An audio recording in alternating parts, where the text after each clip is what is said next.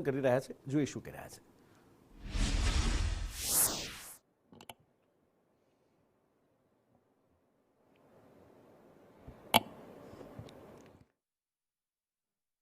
છોકરાઓને એટલી ખબર પડી ગઈ કે હવે પૂરું થવાનું એમ.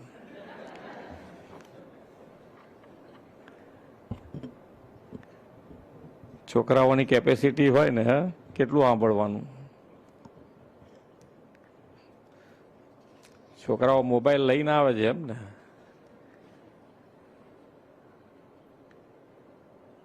સ્કૂલમાં એલાવ, અંદર ક્લાસમાં એલાવ કરો છો તમે? હા કે ના?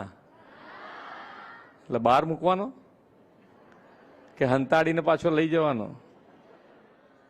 એકાદ જણ લઈ આવે તો ચાલે, પછી આપણે બધાને રીલ જોવા માટે. સારું સારું.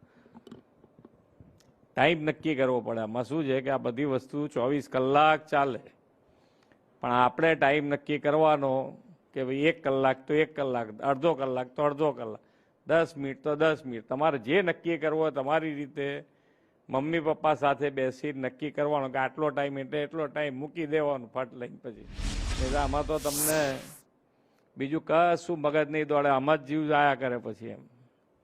કારણ કે આ તો ચાલ્યા જ કરે, તમે જેમ ખેંચ્યા કરો એમ આયા જ કરે, આયા જ કરે. કરશો ને નક્કી? સાયન્સમાં ભણવાનું છે ને, અમારે હજુ વધારે સ્કોલરશીપ આપવી છે, પણ તમે સાયન્સ લો તો ને.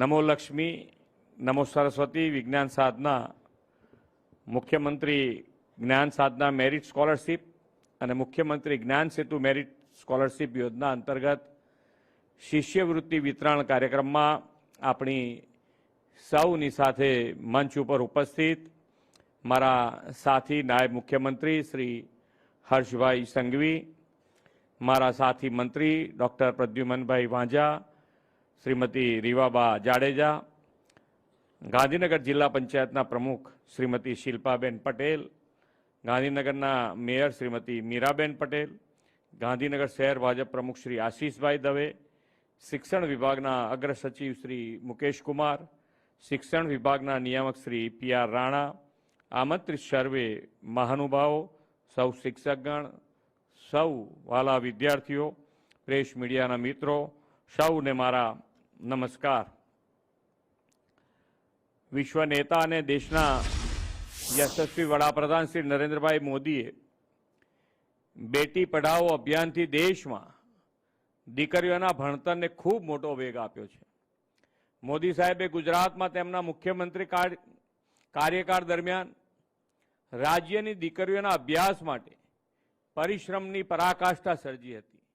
2001માં ગુજરાતનું સેવાદાયિત્વ તેમણે સંભાળ્યું ત્યારે અનેક સમસ્યાઓ હતી.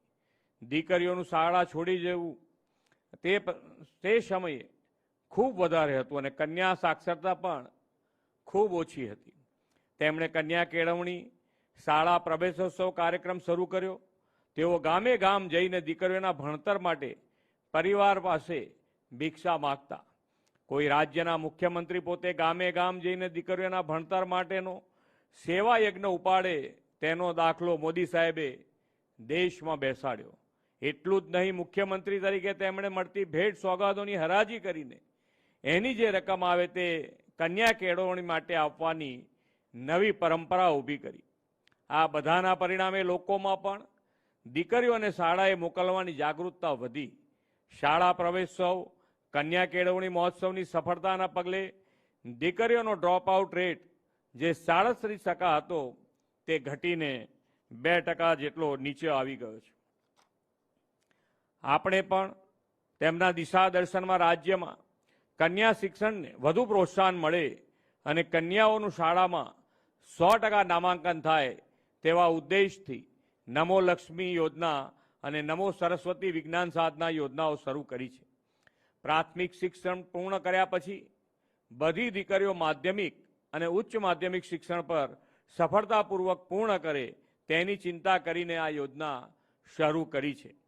દીકરા અને દીકરીઓએ વિજ્ઞાન પ્રવાહનો અભ્યાસ આર્થિક અગવડના કારણે છોડવો ન પડે તે માટે આપણે નમો સરસ્વતી વિજ્ઞાન સાધના યોજના પણ શરૂ કરી છે. દીકરીઓને તો નમો લક્ષ્મી અને નમો સરસ્વતી વિજ્ઞાન સાધના યોજનાનો બેવડો લાભ મળે છે. આપણે યોજનાના લાભ સીધા જ તેમના ખાતામાં મળે અને સેચ્યુરેશન લેવલ સિદ્ધ થાય તેવો ટ્રાન્સપરન્ટ અભિગમ અપનાવ્યો છે. આદરણીય શ્રી નરેન્દ્રભાઈ મોદીના નેતૃત્વ અને માર્ગદર્શનમાં છેલ્લા 2.5 દાયકામાં રાજ્યમાં શિક્ષણ ક્ષેત્રે ખૂબ મોટો બદલાવ આવ્યો છે. એક સમયે ગામમાં વિજ્ઞાન પ્રવાહની શાળાઓની સંખ્યા નહિવત હતી. આજે વિજ્ઞાન પ્રવાહની 2834 શાળાઓ થઈ ગઈ છે. 2001માં 775 કોલેજો હતી. આજે ગુજરાતમાં 3200થી વધુ કોલેજો વિદ્યાર્થીઓના ઘડતરનું કાર્ય કરી રહી છે.